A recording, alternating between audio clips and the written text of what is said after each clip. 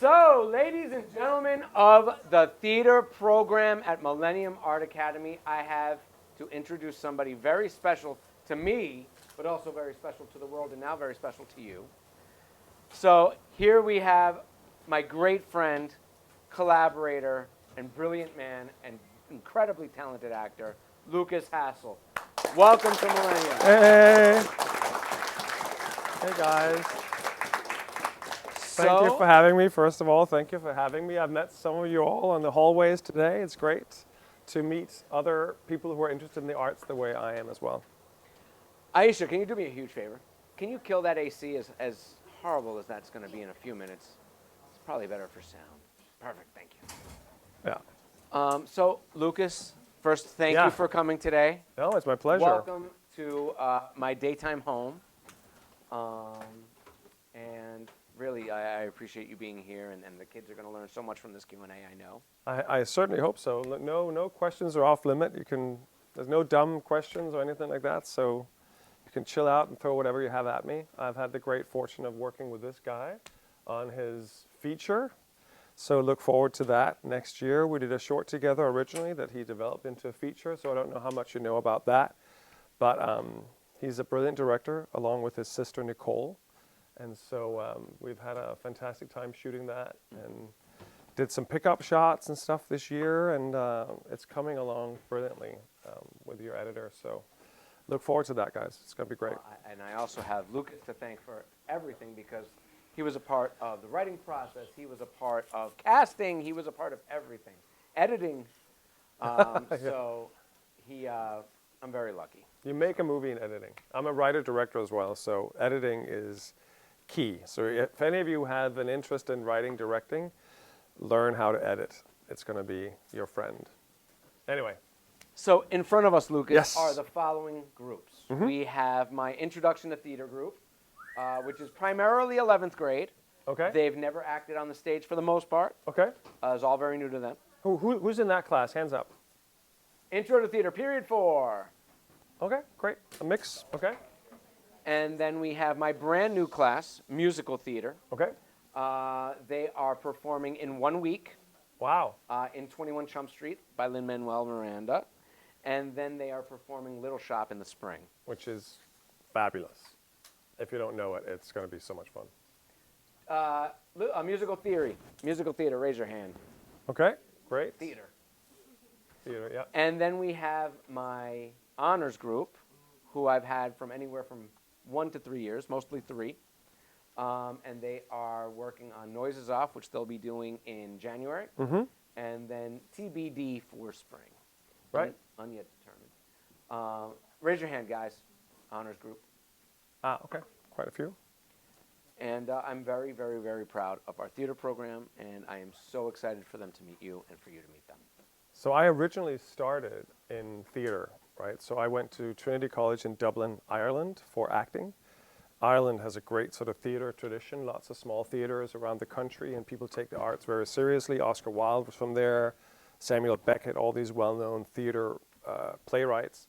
And so I worked in theater for about sort of 7 years after college, and then moved to New York in '96 to pursue more TV and film. The first thing I did in New York, ironically, was theater, because you need to get your foot in the door somewhere, and theater was my strength, and I felt it was a good way to meet people in the creative side of things, and so that's how it worked out. I did one play off Broadway, and then I started moving into TV and film, and I've really only done one play since. Back in Dublin, I was offered the role of Dracula in this theater that I worked as an usher in when I was in college. So I remember being an usher when I was in college and seeing all these professional actors come in and thinking, oh, that's what I'm trying to become. And when that theater offered me the lead role of Dracula, although I didn't really want to go back to theater for me, I did it because I felt it was a full circle. But as you'll discover when you get into this business more full-time, is you figure out what you like to spend your time doing and what you're not so interested in.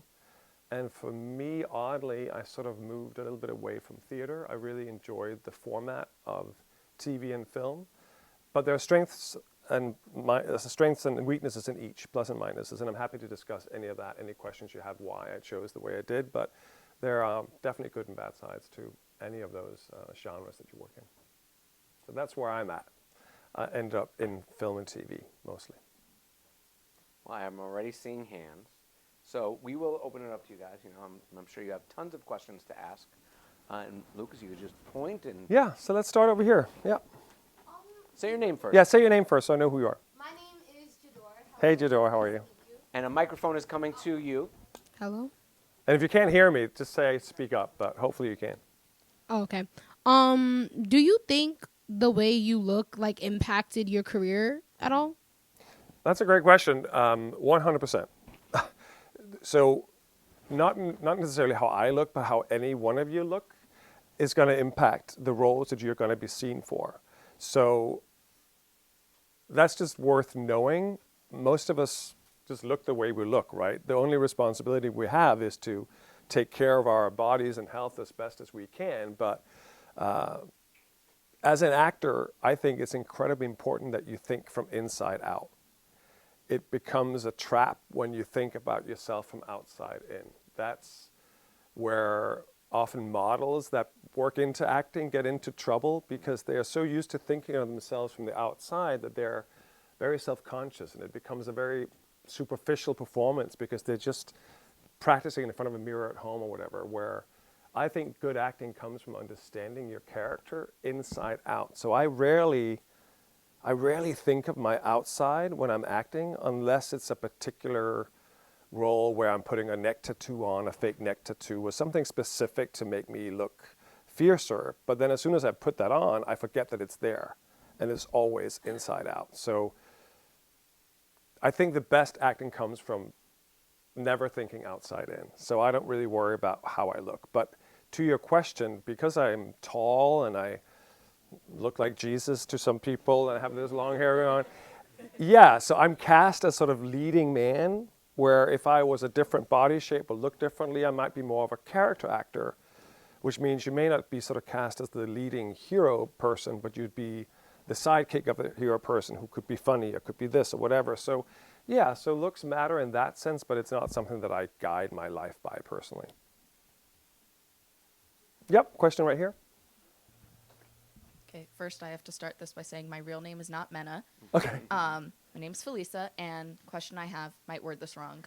What was your first camera role, and how would you compare that to your most recent role? Wow, that's great. So which name do you go by? Felisa. Oh, really? Yeah. Okay. Because I had a different original legal name, and I changed mine to Lukas when I came to the U.S. because my original name was very German sounding. It's Klaus. Oh. So Lukas is an anagram. I switched the letters around because I didn't want to be like Bruce or Hank or something. I thought if it's still the same letters, it's still my name. And for casting directors, it's a big side note to your question, but for casting directors, they don't have a lot of imagination. So if you come to a country with Klaus, that name, they would put me up for like German Nazi SS officers, and that might be it. That's all you'd be seen for. So as soon as I changed my name to Lukas, it opened up my casting completely because all of a sudden it was neutral. It wasn't like a German actor. And I'm not from Germany, so it would have been a disaster. So my name is Lukas. So that's the side question. So the first camera role I had really was when I got to New York, back when I was really a theater actor. The only way you really learn TV and camera acting is by doing. It's very tough. Like if you understand how to break down a character, which is the same for theater and TV, right? You break down a character, you figure out their flaws, their strengths, their weaknesses, what makes them tick, how they feel about other people in the piece that you're filming. That's the same. But technique is completely different in front of a camera. So the first camera experience I had was like a student film from NYU. I was not union. I wasn't part of SAG or AFTRA, the Actors Union back then. I didn't have that membership. So I just wanted to build experience. I needed clips for what is called your reel, like the reel that you would send out to casting directors or agents with little bits of all your work, right? That's how you get representation initially. And so I just needed to build up my reel. And so I needed more and more experience. So I took all these student film jobs initially where they do a lot of student films in the summer when they start preparing for their thesis films, for graduation, whatever. And a lot of those films are terrible because they're also new, right? So they're also trying things out. But then I wasn't that good probably because I really didn't know what I was doing. Coming from theater, the acting tends to be a little larger because you got to fill out the space and you speak out front so people can hear you. But the camera can go right in here, right? So you got to make it smaller. So that was the learning curve. So a lot of student films initially, and then through the years when you come up into TV and film stuff, like when I did the Blacklist for NBC, you know, everything is very tight sometimes. It's very small, and they film with 3 cameras at the same time. So that is in order to save time. It's more expensive to film with 3 cameras, that's why a lot of people don't do it. But on these big shows, they do. And that just becomes infinitely harder because you gotta hit your mark on the floor with a piece of tape with that much precision. If I overstep that mark by that much, I'm out of focus from camera 3 because that camera is on my eyes. And if I miss that mark, it's gonna be blurry. And they're gonna cut that scene and start over. And that pressure builds up really quickly. So but you don't want to be that actor who looks down at their mark either, right? So you step on your mark and then you sort of go back 3 steps and realize, okay, when I go 3 steps forward, I'm going to hit that mark. So you find techniques to make sure you don't miss the mark and so forth. So it becomes very technical. And that's something I could never have done when I started and something I've come out the other side being able to do now. Continuity is also one of those things of like, when do you pick up your glass when you're talking over a dinner scene, right? Then you drink a little bit and you finish your sentence and you finish the conversation in that scene and then it's cut and then they move the camera in closer and now you have to repeat what you just did. So if you forgot which hand picked up that glass and you pick up with the wrong hand, they can't cut it together, right? So it becomes a very technical thing of memorizing exactly when you do your moves, how you do your moves in order to give the editor a good time. And in indie films, sometimes it falls through the cracks, but on TV, it'll be noticed, and you may work or not work again based on how professional you are. Yeah. Question? Yeah, right here in the front. Yeah, you need the mic. Okay. My name is Jasmine, and do you have a favorite role? Do I have a favorite role? I would say I have a favorite type of role. The favorite type of role is when it's a complex role. There's nothing worse that as an actor when you get a script where everything is on the nose, so to speak, where the character says how they feel, right? Oh, I'm so sad. And they're crying. And there's sad music. It's like, poof, as opposed to smiling and saying, I'm so sad. Now there's a contrast. Then I'm like, ooh, what is that? How come they're smiling but saying I'm so sad? That's a complexity. And that's subtext. That means there's something else going on under the surface. So I'm looking for roles that have subtext. And so if any of you write, I write as well. I think it's very important to figure out what the subtext is of one scene. So on one hand, you're writing what people are saying, and then underneath you have what's not said. That's going to lift that material based on what's really happening. So my long answer to the short question is I like roles that are layered and complex. I tend to play villains a lot, bad guys. It comes very easily to me for some reason. I don't mind playing bad guys. I kind of enjoy it. So every now and then I get a chance to play a good guy, which is fun, but I like the complexities of a bad guy because you still have to, you can't judge your character when you take on a role. You just have to accept who they are, but figure out why they are the way they are, and then just own it. And it's kind of nice on camera to not have any moral judgments. You can just be whoever that character is written to be, and then I can go home and be myself and judge those people, but not on camera. Yeah, over here. Bless you. My name, you could call me Z. Hey, Z. Hi. I know this is like, it sounds inappropriate to ask, but like. I said there were no bad questions and everything how is much cool. do you make with acting? In general or like from being on different jobs? So camera? different jobs play differently. So I will say this, as an actor, I was never driven by money. Like my reason to get into what I'm doing was never money-based or fame-based. If you're in this, if you're pursuing this for that reason, don't do it because it's a disaster, right? When you then get to a point where you start making money on doing what you do, that's great. But I never expect it. And I rarely accept roles based on what they are paying. I accept roles based on the quality of the role, right? TV is the exception because TV pays really well and it's high profile. Like a lot of people see it. Like The Blacklist, for instance, I go around the world and I get recognized in South Africa when I was there, in Australia. Like that has a big reach, surprising reach. TV has a big reach. So that's important for an actor because that means directors see your work and that means, oh, he's on TV, so we'd like to get him in our movie because that'll help the movie get more attention and so forth. So it helps you as an actor get offered better roles easier, but it's also not as interesting being on TV because it's not collaborative. I got into acting because I like to work with creative people. I like to work with people who think outside the box, who have a vision, who are trying to do something interesting with their lives. But on TV, they're not interested in my opinion about the lines or what I think should happen here. They need me to hit the mark, speak my line, not mess up, because we have a lot to shoot that day. So I'm basically a pawn that sits in my trailer. I'm brought up to shoot a scene. We shoot it, I go back in my trailer, wait for the next scene. Whereas if I do an independent film that pays less, I'm doing that because I expect to have a say. I'd like to be involved with how that scene works. I have an opinion about the script. And so there's a benefit to doing something like an indie project where I can actually have a bit of a say. So I make enough money to make it worth my while, for sure, to the question that she had no interest in hearing the answer to. Yeah, so that's the answer to that. Let's go over to this side a little bit. Over here in the back. Yeah. What was your very first Name? intro?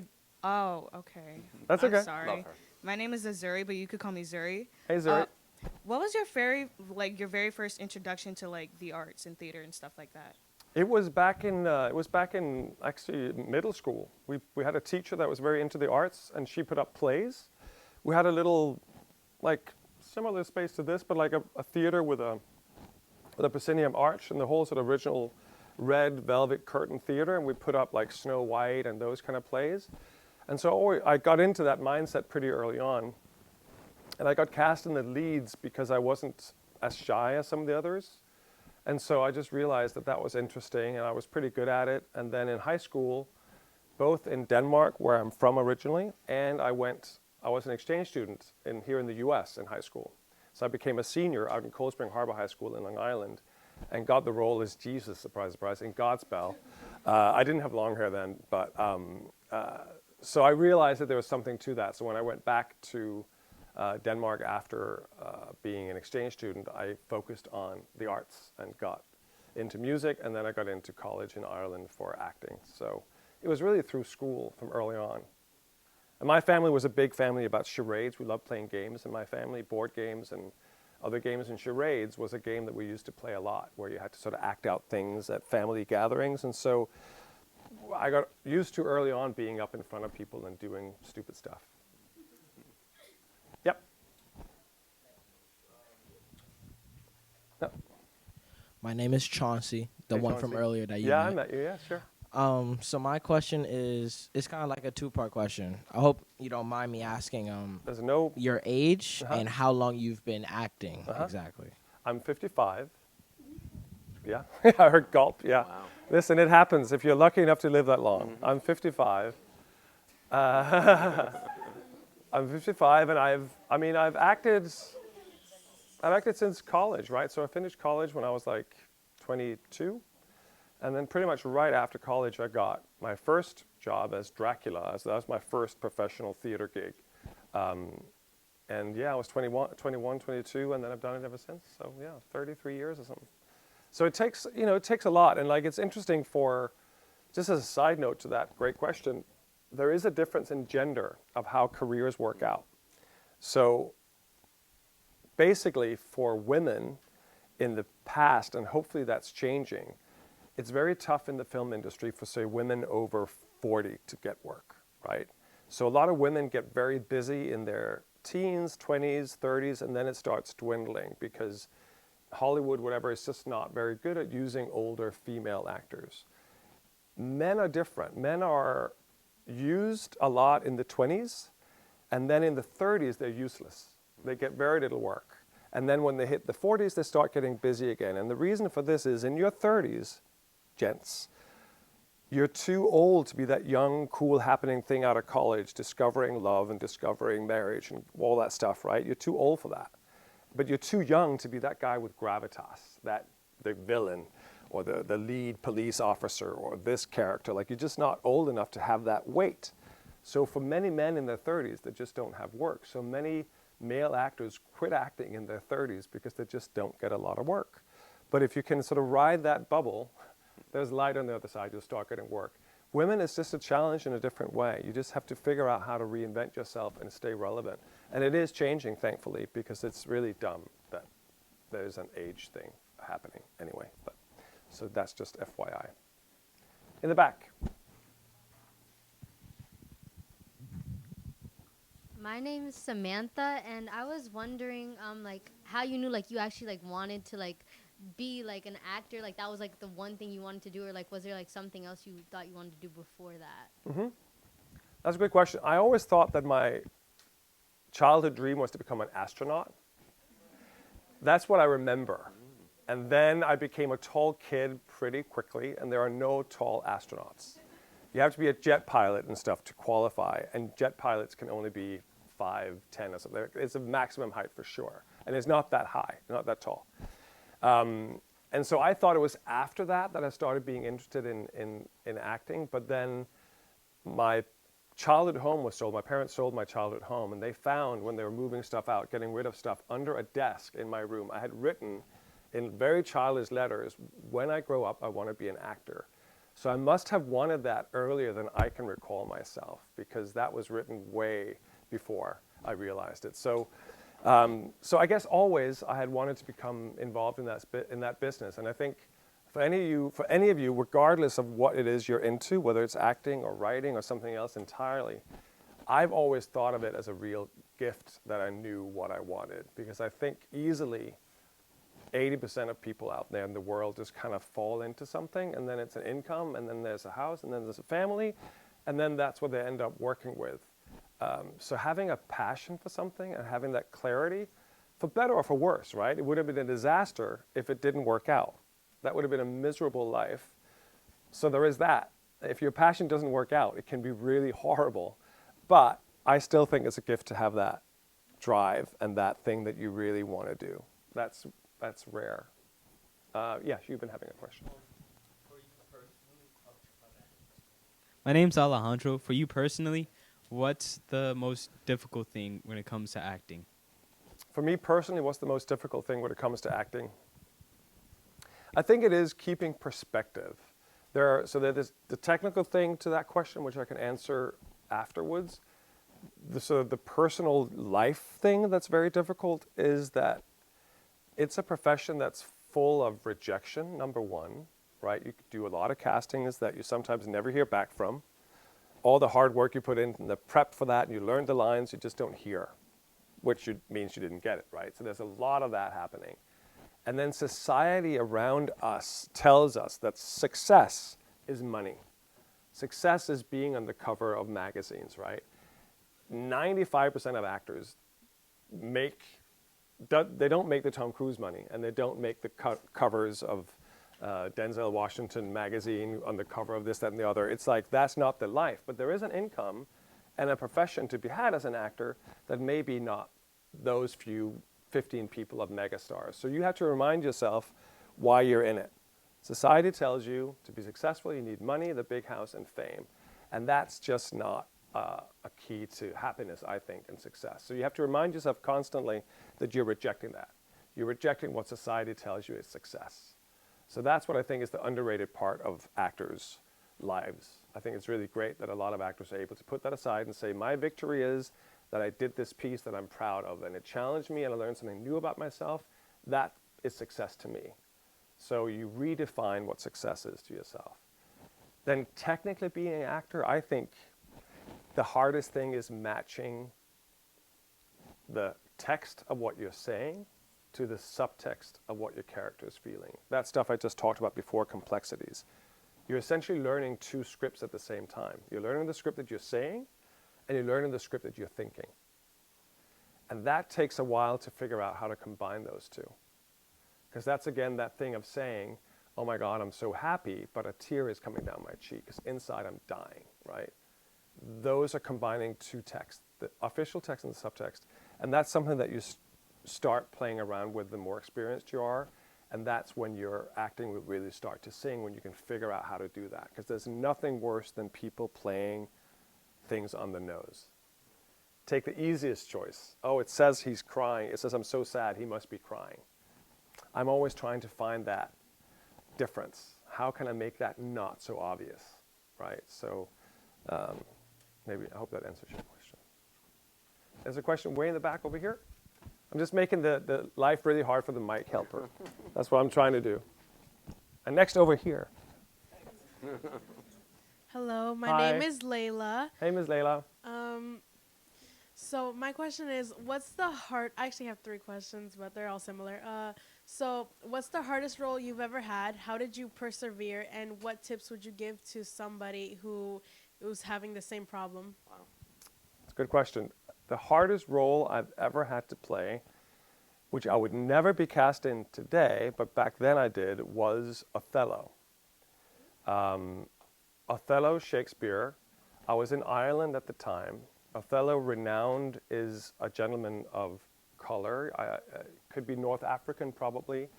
But back in Ireland in those days, it wasn't frowned upon casting across race, for instance, right? And I was as exotic as they came because I came from Denmark. I wasn't Irish. So I played Othello when I was too young, for sure. Like I didn't, in hindsight, I just didn't have the emotional experience to play that character who ends up killing his wife in a jealous rage of love, right? It's a very awkward play, actually.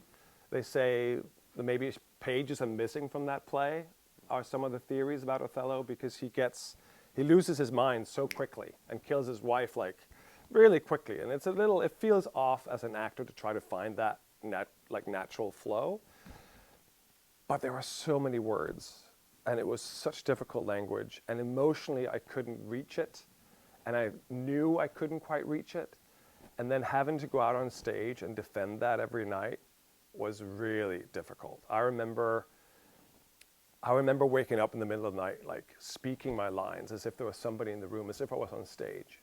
Literally the pressure from that would wake me up, and I would be like, where am I in the fucking play? But I gotta say the lines. And I'm desperate, right? I'm trying to get the lines, I'm trying to delay while I'm trying to remember what I have to do. And then I'm like, oh fuck, I'm in my room in the middle of the night.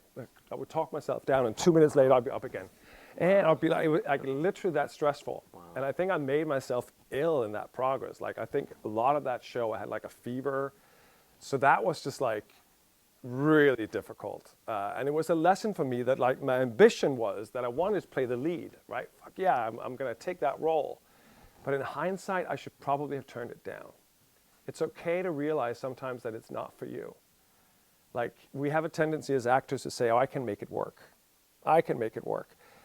And you can make it work-ish, and you make it away with it sometimes, but other times you're just going to make it really difficult for yourself, so it's okay. So now, where I'm at in my career, where I've had more success, whatever, I can sort of go, well, that is just not for me. I don't think I'll enjoy it. I don't want to work with that person. I don't like how they treat their actors, or whatever it is. I will say no to not have those experiences. But yeah, so that's my answer to that question. Yeah, right here. I'm Anthony, right? I have kind of 2 questions. So one, like what is some advice that you would give an actor, like something that you wish you had before you started acting? I forgot the second one, but like advice to what I would have sort of known. Well, I guess it's like, it's a tough profession. Nobody, argues that point, right? Anything that is a profession that deals with the arts is just difficult. Competition is fierce. There's not a ton of work out there. How am I going to make that work? And so it's just a matter of understanding, going into this business with open eyes is the biggest thing. Just be aware that it's going to take time and it's going to be tough, and some people are going to love it what you do, other people are not going to get it. And again, rejecting what society tells you is successful is going to be the number one challenge. You have to define, and that's in general for all humans in here in life, whether you turn out to be actors or something else. Just remember, success is what you decide it is. You can decide what success is. If you're content at the end of the day, that could be a success. You may not have made it onto Good Morning America for the Sunday morning interview, but you had a good time with lovely people on set that day, and you nailed a difficult scene. That's a sense of achievement. So I think the advice is just basically to be honest with yourself about your strengths and your weaknesses. Don't be afraid to look inwards. I think a lot of people are afraid of looking inwards. They don't really want to ask those tricky questions about yourself. But I think that's the only way you can evolve, is that you know yourself, warts and all. Like, just really know yourself. And that helps me when I'm playing characters. That there's nothing that I'm afraid to look at and examine. I'm not uncomfortable with anything. There's nothing that makes me uncomfortable. And that's because I've already sort of looked inward and said, oh yeah, I can see that in myself, but I reject that. I'm not interested in that. It's okay, but I'm okay, but you have a little bit of it, and then you're this person, this person. I just know exactly who I am. And that's key, I think, to anyone in life, whether you're acting or not. Just don't be afraid to look inward. And if there's something, if you find something ugly, then try to work on it. You know, it's a constant process of trying to make yourself a better human being. Like, I used to be jealous of other actors when they got great roles. And I couldn't help it. I was jealous, but it was an unhelpful, completely useless emotion that just stressed me out. So I was like, what is that? And I started being happy for other people when they got good roles, because it wasn't like they were going to give it to me anyway. I wasn't up for that role. So what the fuck do I care? Oh, sorry. What do I care? So, yeah, so look inward, and if you see something ugly, then fix it. Yep. I remember. Oh, sorry. Here comes the mic. You're going to get a lot of steps in today. You're welcome, Malaysia. Hello, my name is Marcos. Hey, Marcos. And earlier you mentioned that you get recognized a lot from like South Africa to Australia. How does that recognition, like everywhere you go, make you feel? So, okay, so first of all, it's not everywhere I go. I'm not that famous. But I'm famous for people who watch that show. I'm famous, right? So it doesn't, it's lovely actually. It's lovely when you see people, the weird part is you have a lot of people that sort of look, right? And they go talk, and then they both look over. And that's a little uncomfortable. I'd rather they came over and said, oh my God, I saw you in that show, that's great. So don't be shy about that stuff. Like, people love getting compliments, right? Obviously it depends on where you're at. If I'm in the middle of proposing to somebody with a ring on the thing, maybe not go, can I have a selfie, right? So pick your moments, but like, it's okay to go over and say to people, and it feels good as long as it's something nice. If they don't come over and say, you sucked in that piece. I hated it. What are you doing? You know, in Blacklist, I kill the female lead. That's what my character does in that show. I'm sort of the villain of that show for a while. And I got a lot of hate mail. A lot of people love this character, right? So I got a lot of hate mail from killing Elizabeth Keene. And so I also got a lot of love mail because they hated that character. So on the balance of it all, but it was like, you had to remind people, like, it's just written for me, right? A, I didn't really kill her, and B, it wasn't my choice. So in the end, people were like, why did you kill her? I was like, in the beginning, I was trying to be polite. And then at the end, I was like, because she deserved it. Moving on, yeah. I haven't heard from you yet, yep. My name's Naz, and I just want to ask, what's the best environment you've worked in with the best people, and who became your closest friend during working with them? Oh, that's a great question. So, well, this gentleman aside, I have a frequent collaborator, a horror film director called Jeremiah Kipp, who is someone I have worked with a number of times. He directs mostly horror. He's also a writer. And he's just someone who understands actors. And when you start working as an actor, you figure out there are a lot of different types of directors. And your job as an actor is to figure out what type of director they are. Some of them are very technically minded. They want it to look a certain way. So they spend more time with the cinematographer and figure out camera angles and figure out what the light should be because it'll look cool and then this and that. Meanwhile, you as an actor is stranded. They're not worried about what you're just doing acting stuff, but they want a lighting and then what action happening here.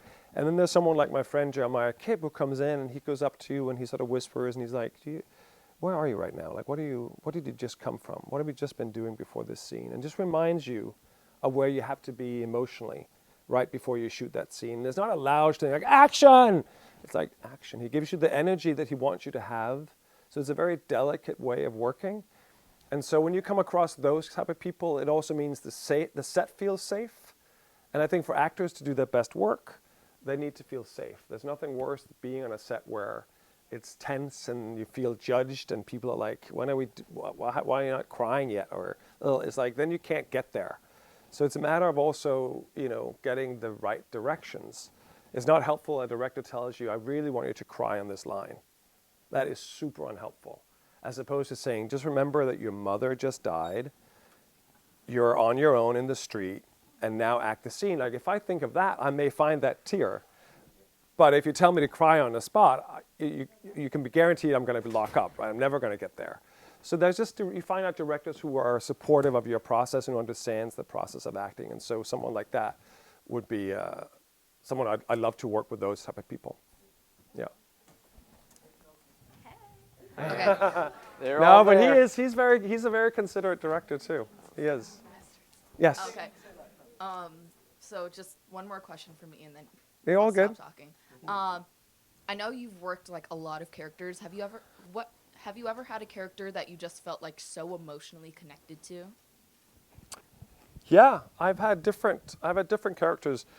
Well, especially I have a film coming out next year that I wrote called The House of Abraham, which is a psychological horror.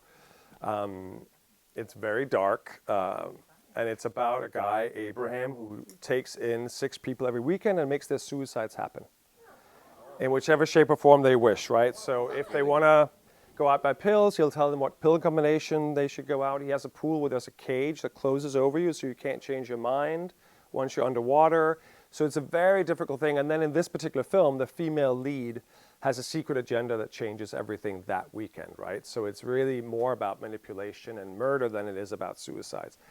That character, Abraham, that I play, I wrote. So I know exactly where his thoughts and motivations are at any given time. So if I wrote it, it's obviously already a part of me, right? So it's very easy for me to be in every single moment of that. So I'd say something like that is just innate. It's very easy to find. Yeah.